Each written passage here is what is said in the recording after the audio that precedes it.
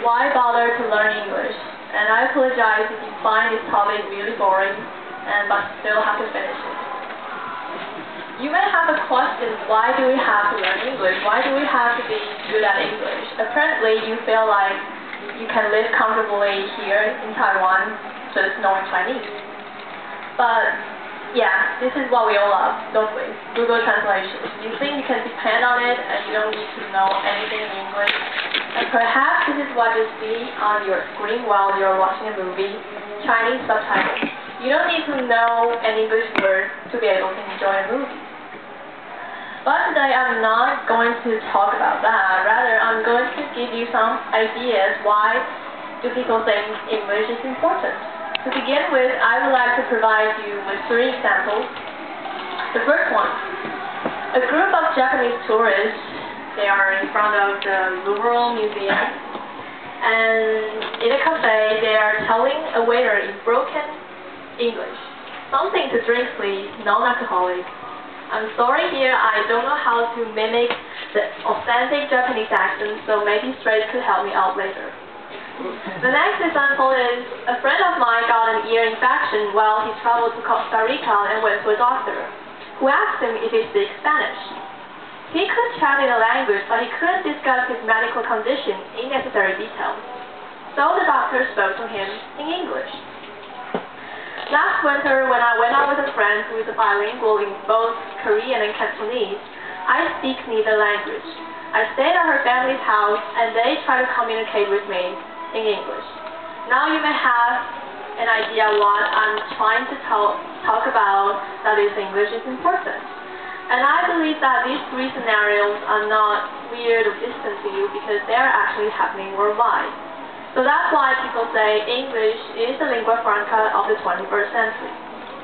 Now my first point is, a lot of you may have been to another country before, maybe you just got back. This is the global village, and for some of you, you may just, planning to go somewhere in the future. Well, the problem is you may not speak French, Italian, Spanish, or German, but English could very likely get you through many places around the world, including Madrid, Berlin, Rome, and Paris. So that's why people say English is the universal language. You don't really need to learn a second foreign language, but English could very likely get you through almost every place around the world. And my second point is about the international trend. We all know that German used to be the predominant language in the field of science.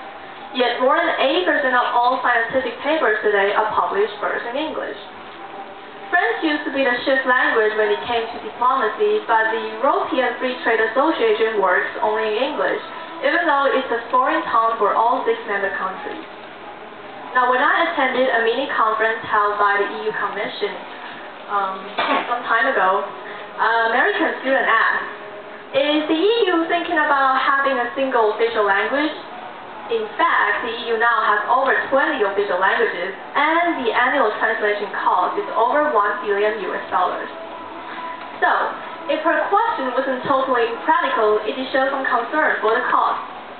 And then she added to her question, maybe English. I believe most of you have to agree with her. English has not only influenced our life as a tool for communication, but it has also become our cultural exposure. Remember the last time you watched a Hollywood movie? Or the last time you listened to a pop song by Lady Gaga or Adele? I don't believe it's long ago for many of us, and perhaps we do it every day. It seems like the majority of us all watch Twilight or French series, but not the wake-up sit made by Bollywood. We read Harry Potter, but not Leo Tolstoy's War and Peace, unless it's our mother tongue or English. We turn on and off the flashlight because we know what on and off means. And we pull or push the door open as we not recognize pull and push. Now this is very important because you don't want to embarrass yourself before entering a restaurant.